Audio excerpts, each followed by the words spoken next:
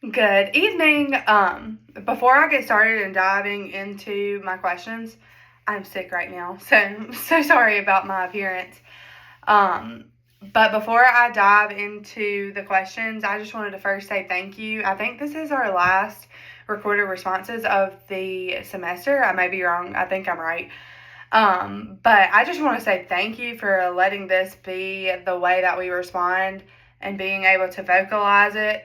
As a student who my entire life has loved being able to speak about something over typing something or writing something, I have appreciated this class so much, and I just want to say thank you because I've thoroughly enjoyed it and been able to express all my thoughts in a better way because I'm able to talk about it. It is a lot easier for me to do that than to write about it. So I just want to say thank you, and I've enjoyed the class very much so because of that. So we'll just dive right into it because I've wasted a minute. So the question number one, you asked us as an educator in our current or future role, which are the four methods for a needs assessment on page 109 in chapter 7 would I choose and why? Okay, so in my current role as a first grade special education teacher and as a IEP case manager, the method that I would choose for a needs assessment is a focus group. In the book, they describe 4 different ways to gather data for a needs assessment, and they emphasize that teacher leaders must choose the one that fosters collaboration and reflection. Focus groups allow for honest dialogue, real-time feedback, which is essential when identifying instructional or behavioral needs. This goes back to me saying I love to talk it out, and this is exactly why I chose this group. For example, our grade level team once used a focus group format when we noticed that many of our first graders were struggling with word problem comprehension. In that meeting, us teachers and our instructional coach talked through what we were seeing, and we realized that the real issue wasn't computation, it was the vocabulary. So that insight completely changed our approach. I love that focus groups give everyone a voice and build ownership of making solutions. The book really points out that teacher leaders build community through shared inquiry, and that's exactly what a focus group accomplishes. For me, it's just not about collecting the data. It goes back to me loving the collaboration, and that would lead into some real change. Okay, so question number 2 is create and share a 30-second elevator speech that shares good news about your school and then explain why you chose that message. Okay, so here's my elevator speech. At Lee County Primary School, we believe that every child deserves to be seen, supported, and celebrated. Our teachers work together daily to build confident learners through small group instruction, family partnerships, and a strong foundation in reading and math. You'll feel our culture of teamwork the moment you walk in because we truly live out our motto, every child, every day. And so I chose that message because it captures the heart of who we are as a school community. I don't even know if I'm supposed to say my school, but I feel like that captures who we are. It's only my second year there, and it was captured from the moment I walked into my interview last year. But in the book, it talks about how teacher leaders need to be strong communicators and people who can share their school's mission and successes with pride. And I feel that every time I speak about our school. So for us, the success story is built on relationships and collaboration. We're intentional about working together, special education, general education, paras, and parents. We all play a part. Everyone knows each other. Nobody thinks they're higher than the other. And when visitors walk through the doors, everyone senses that as well. By making this elevator speech, I am practicing the type of positive and concise advocacy that the book encouraged. Is something that I could confidently share with a parent, a district leader, or a community partner to highlight what makes our school so special. Okay, so question number 3, what can your school and district leaders do to better support teachers like you and your colleagues, and why do you feel this way? One key thing that our school and district leaders can do to better support teachers is to provide protected time for collaboration and reflection. The book shared that effective teacher leadership depends on having structures in place that allow teachers to collaborate meaningfully, if that makes sense.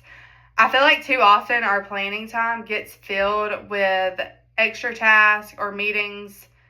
Not all the time. I would say worse off at my last school, but we lost, and sometimes here too, we lose the chance to actually reflect and problem solve together. Last year, the first grade team, which is who I work with as a special ed teacher, they started setting aside like collaboration blocks. Like, I feel like they do that anyway, but they like made it like where they set that time out. Just to discuss like data and strategy sharing. The thing I love about the first grade team is that no one's ideas are like a shock to anyone else. They are truly collaborating and working together, and I feel like they have set out this time to be able to do that. And everybody's sharing great ideas that they have. They were very productive meetings, and they weren't rushed, and they were actually able to like dig into like the Mira reading data, the math scores from the early math screeners, and like just regular notes.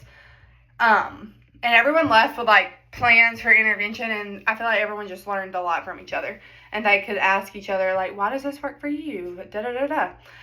But when leaders intentionally protect that time, it sends a message that the teacher and the teacher's voice like truly matters. It creates a culture of trust and professional respect.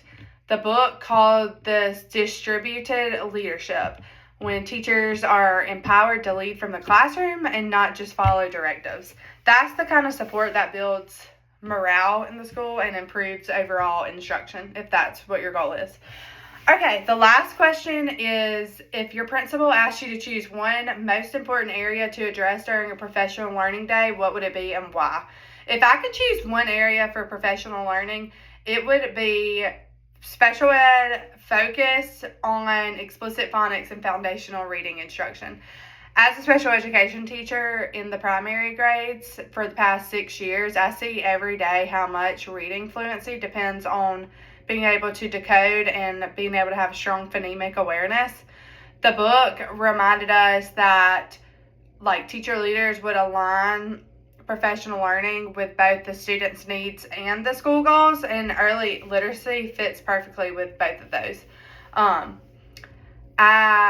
A professional learning day focused on phonics, specifically targeting special education students, because the data for them is not really focused on a lot. And if we focus on this at a professional learning day and why they're not able to move any further than basic phonics skills, it could include like modeling effective blending routines or like multi-sensory approaches to like spelling strategies, how we segment phonemes. These are like practical research-based approaches that could help all students and not just those receiving special ed. But like, I want to know why our special ed students are not moving any further along and they get like stuck in that spot. I've seen how much confidence students gain when they master these letter sound relationships, and when every teacher in the building could use the same consistent language and everyone have the same routine, students could thrive because the support would be like seamless across all grade levels and as they keep moving on. This kind of training also could build teacher leadership, and teachers could feel like empowered when they have strong like instructional tools in their toolbox, and they could share success strategies with other teachers. That's the type of capacity building that the book was talking about. I think it was chapter 8, that could be sustainable, collaborative, and that could be the growth that benefits everyone in the school community. So that's it, but just reflecting on all of that, like teacher leadership truly is about like your influence, your collaboration, and just continuous learning and being open to that. They described in the book leaders or teacher leaders as lifelong learners who create environments where students and adults can grow. And I love that. That is such a cool like statement for me to be able to read and like to share. I love that statement.